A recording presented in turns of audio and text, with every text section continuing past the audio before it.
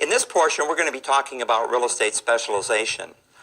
And those of you that are studying for your broker's test should pay special attention to this session because we've got some questions that are going to appear on your test that the salespeople are not going to see on their test.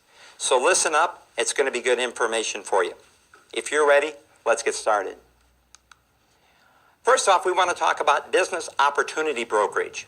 And when we're talking about a business opportunity, we define that as any type of business for lease or sale. A lot of times in your real estate career, you're going to come across a business that an individual wants to sell. And he's going to ask you if you can help him with the sale of that business. And of course, if there's real property involved there, you're going to need a real estate license to sell that business. As a matter of fact, there's a lot of brokers that specialize in businesses. I've sold a number of businesses myself, and it's a complicated procedure, but it can be rewarding.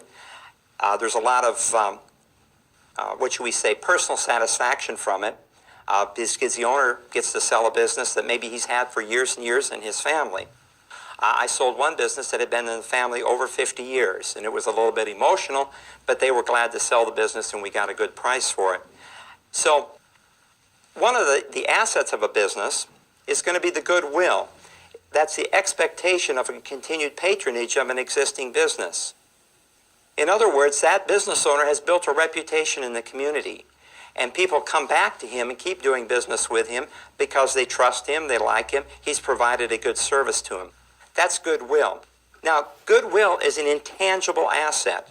And if you're going to be selling businesses, it's really hard to put a value on goodwill. That's one of the challenges of selling a small business, is how much is the goodwill worth? There's other assets, of course, involved. The real estate's involved. It's pretty easy to calculate what the real estate is worth. And in addition, there's going to be personal property. And the sale of the business itself, the sale of that goodwill, and the personal property that goes with it, the desks, the chairs, the tools, the equipment, the machinery, etc., that is considered the sale of personal property, and the rules about the transfer of chattel in your state will apply to that. And so you lump that personal property together along with the real estate and the goodwill, and you come up with a value for that business and hopefully go ahead and sell that business. So that's a little bit about business brokerage. When we invest in real estate, and you say, Tom, why should I invest in real estate?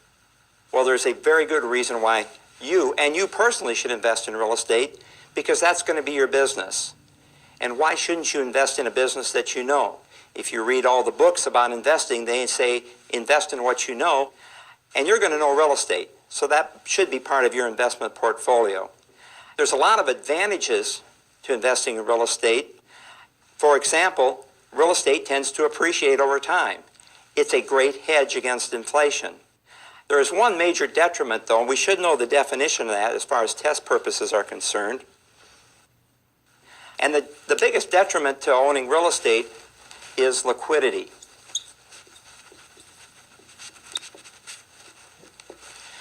Real estate is a very illiquid investment.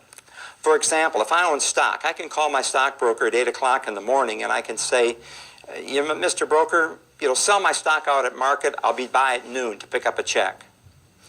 Now, compare that to real estate. If somebody calls me and says, Tom, sell all my businesses, sell all my buildings, and I'll be by at noon to pick up a check, when he comes by at noon, he's not going to be finding me anyplace. I'm going to be hiding someplace because I can't sell that property in a matter of 4 hours. It is a very illiquid investment. But besides that detriment, there's many more advantages. One of the biggest advantages you have with real estate is something that we talked about in an earlier session, and that is leverage.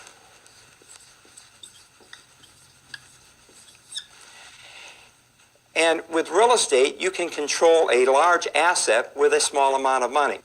For example, you buy $1 million building and you put 10% down, you're controlling $1 million asset with only $100,000. And of course, using that leverage increases your return on that investment. Using that leverage increases your return on that investment because you have so little money invested in that. Now, there are other benefits. We'll look at those. We talked here about appreciation and increase in property value with the passage of time. Now there's a word that goes along with that appreciation that you should know the meaning of, and that is an unearned increment.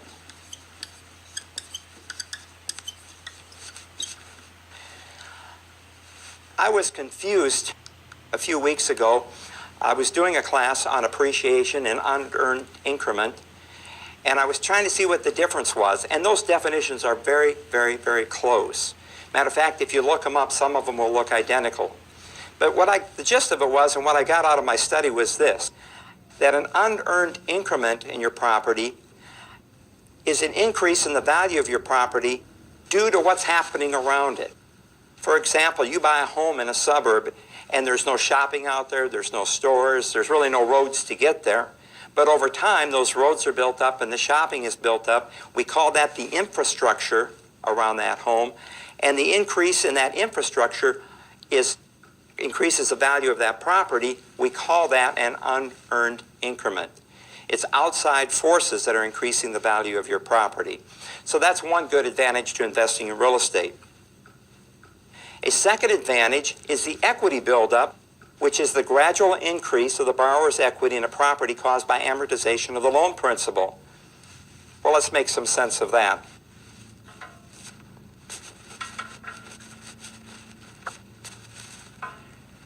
When we talk about equity in a property, and we'll draw our property here as a square, we're going to say that we've got a mortgage on that property of, say, $750,000. And we're going to say that that property is worth $1 million. So this portion right here is going to be our equity. The difference between what the property is worth and what we owe against the property, that's the definition of equity. Now, one of the advantages of investment real estate is equity buildup, meaning that equity is getting bigger in that property because we're paying the mortgage off. But the beauty of this is that you and I aren't paying the mortgage off. Our tenants are paying that mortgage off. And so we're getting cash flow on that property, and that's decreasing that mortgage on a monthly basis, which of course increases our equity in that property. So over time, our tenants have actually paid for the property for us, and yet we get to keep the property. Big advantage to investing in real estate. A third advantage is going to be that income that we're just talking about. Now that income divides into two pieces. There's a return on the investment, and then there's a return of the investment. Okay, let's talk about that a minute. If you take and you put $1,000 in a savings account for the next year, and they're going to pay you, 10% interest on that, great return. You put $1,000 in, at the end of the year, you have $1,100 in the bank, okay? Now you want to go back and get your money, but what do you want? You want a return of your investment. You want your original $1,000 back, plus you want a return on your investment. You want the $100 interest. And real estate generates the same thing. You should get a return on the investment.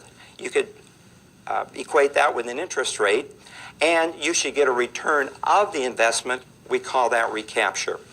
Now, a fourth benefit of investing in real estate, and it's kind of a two-part benefit maybe, is the tax benefits. The first benefit is depreciation. Let's talk about that depreciation just a little bit.